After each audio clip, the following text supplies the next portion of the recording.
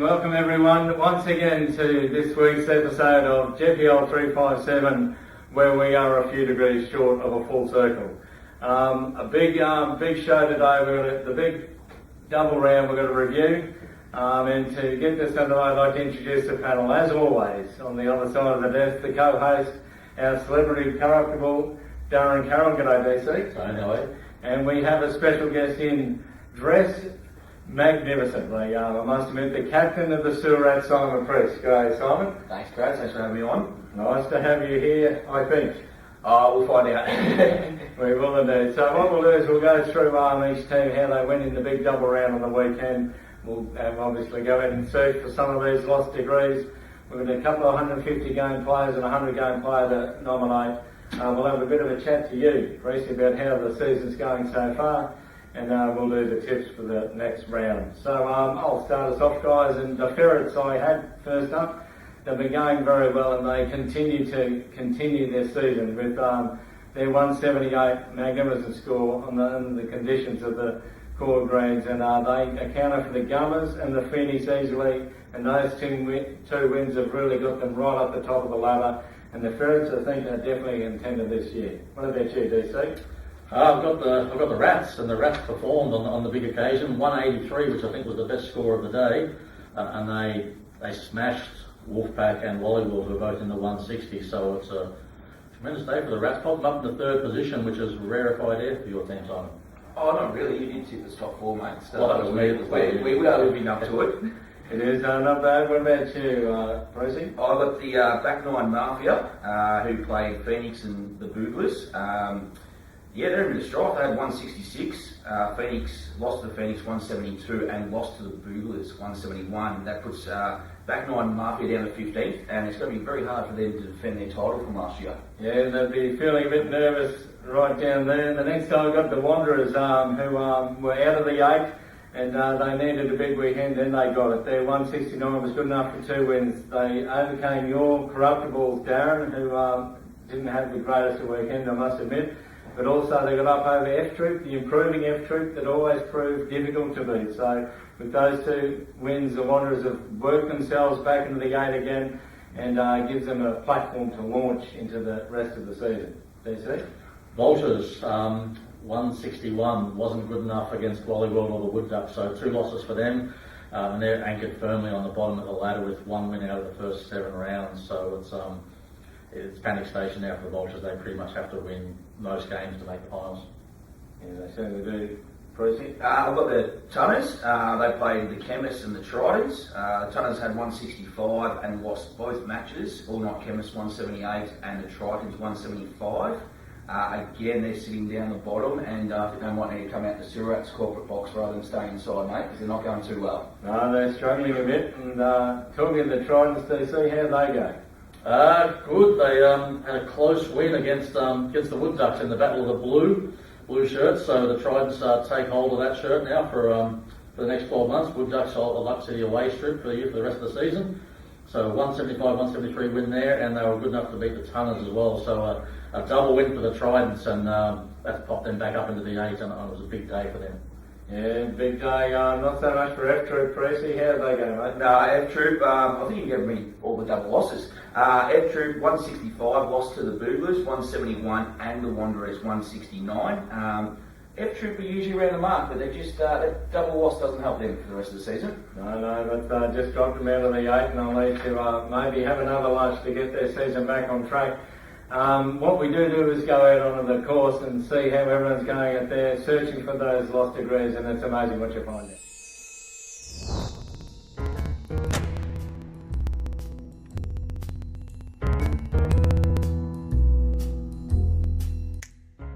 The original Vultures, Georgie Smith, a double round a day, just what the Vultures need. A couple of wins will get yourself back on track. How are you travelling? No good, mate. No good. Here we've got the captain of the Tunners. It's always hard coming off the blockbuster the next. How are you travelling? You lifted again? I'm lifting. Good to see. We're Playing hanging all right? We're hanging in there, playing all right. Good to see.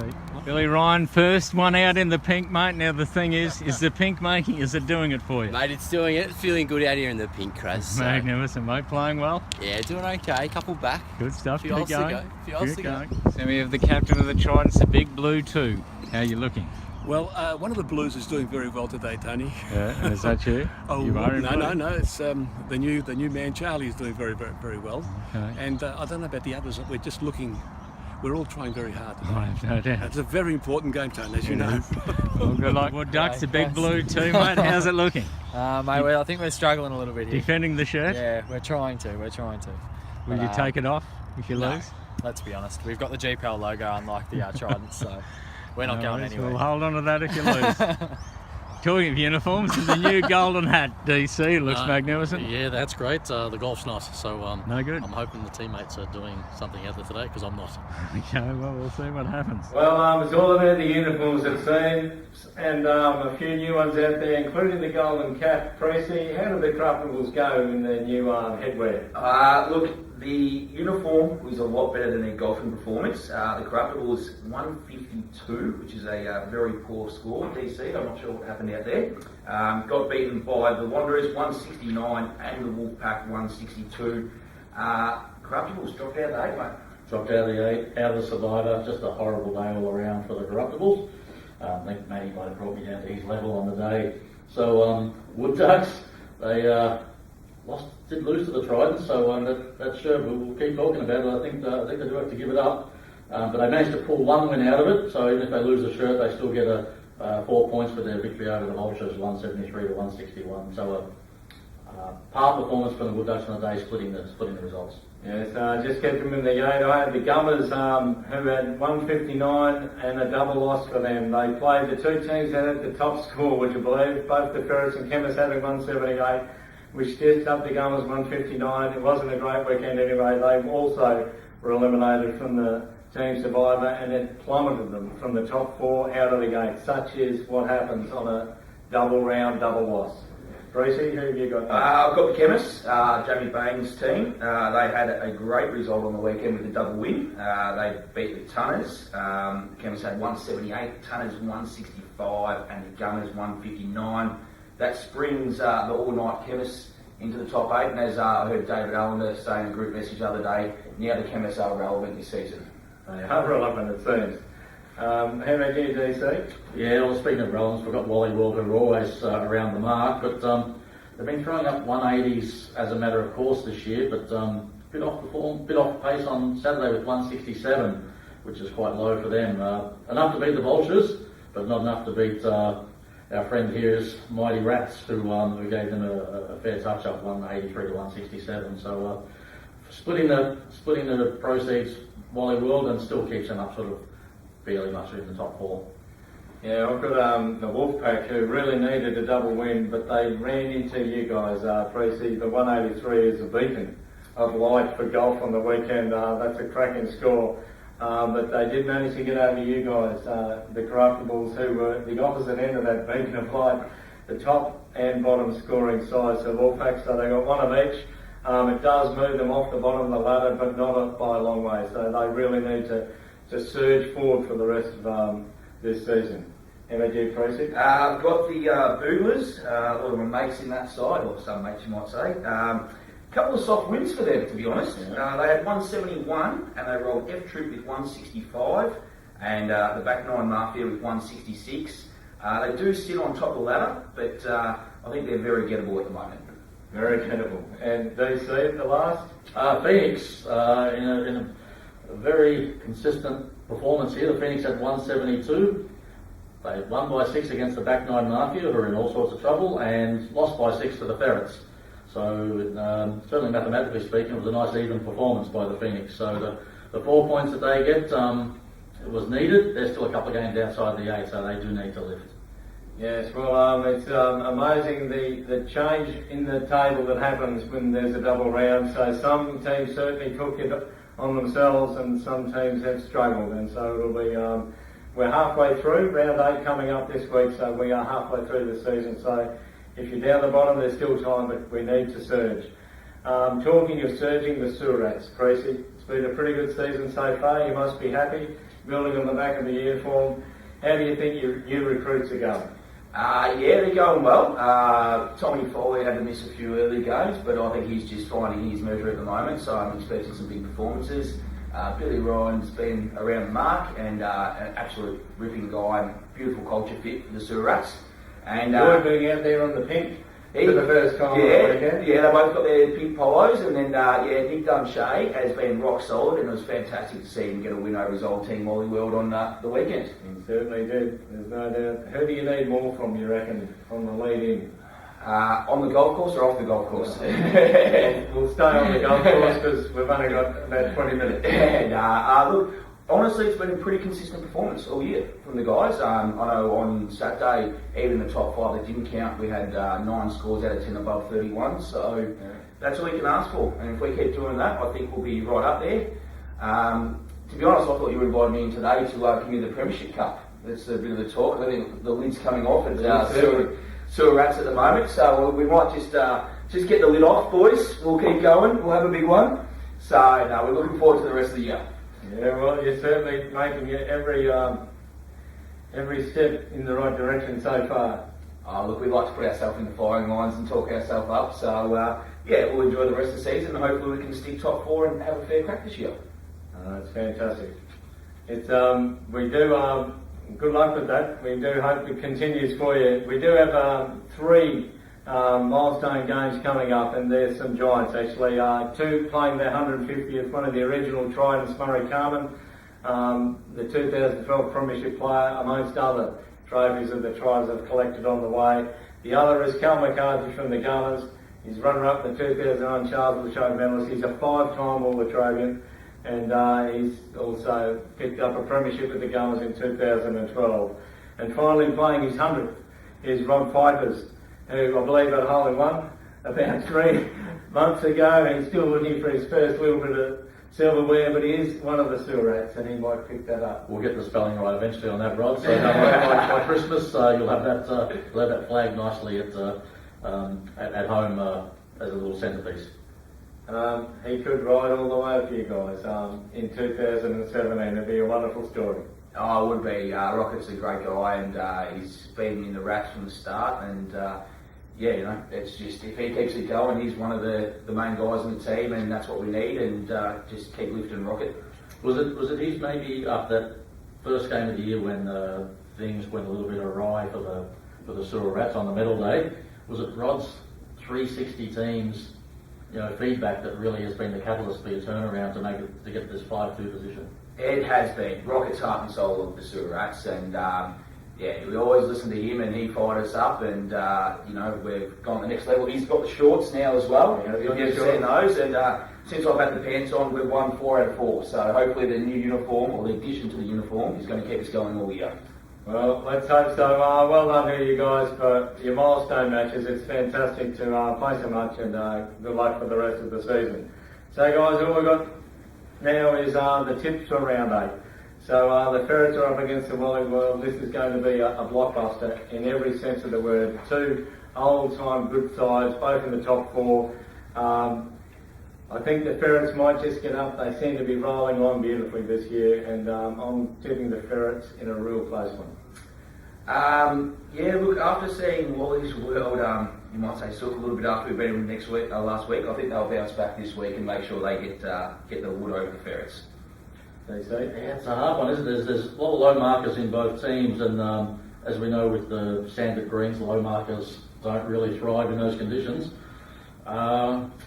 Might come down to the battle between the 2 best tennis players in the club, Colin Gibb versus Bruce Osborne in this one. I think maybe just the Ferrets. Just the Ferrets over them. Phoenix against Ormo Chemists. The Chemists suddenly up in the 5th. It's extraordinary. They're playing the Phoenix, who need a win.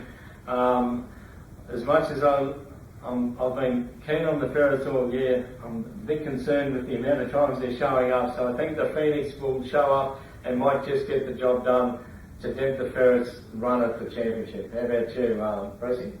Look, as much as I'd like to see All Night Chemists get beat just because they're sitting below us, I think they will be too strong. I think Jamie Boyle will lead the boys home and put a bit of pressure on the top four. Yeah, they will. DC? Yeah, I'm thinking Phoenix. I'm thinking Mitch Randolph played with him a couple of times and he's due to bust out and get something in the low 40s. So I think this could be the week. So Phoenix for me. So the next one's an interesting one for the panel here. The Corruptibles versus the Sewer Rats. Geez, I tell you what, DC, as much as I'd love to say you guys will be up, it's a bit hard to go with at the moment. The Sewer Rats on fire. I think the Pink's going to get the job done. Tracy? Yeah, well, obviously I'll go to Sewer Rats, but I've put a bit of pressure on the boys so far today, so make sure you turn up and play well because DC's hunting for us. Yeah, well, after our 2016 form last week, hopefully we get back to the 2017 stuff. The Corruptibles do have a Saturday evening dinner planned, so generally they hit with most football clubs.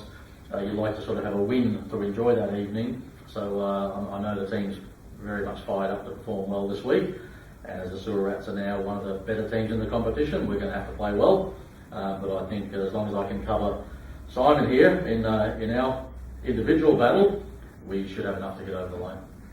Well, the next is another all-time blockbuster again. The Buglers against the Gummers. The Buglers seem to be almost undefeatable, sitting up the top with 7 wins against the Gummers, who have been great this season, except for last weekend.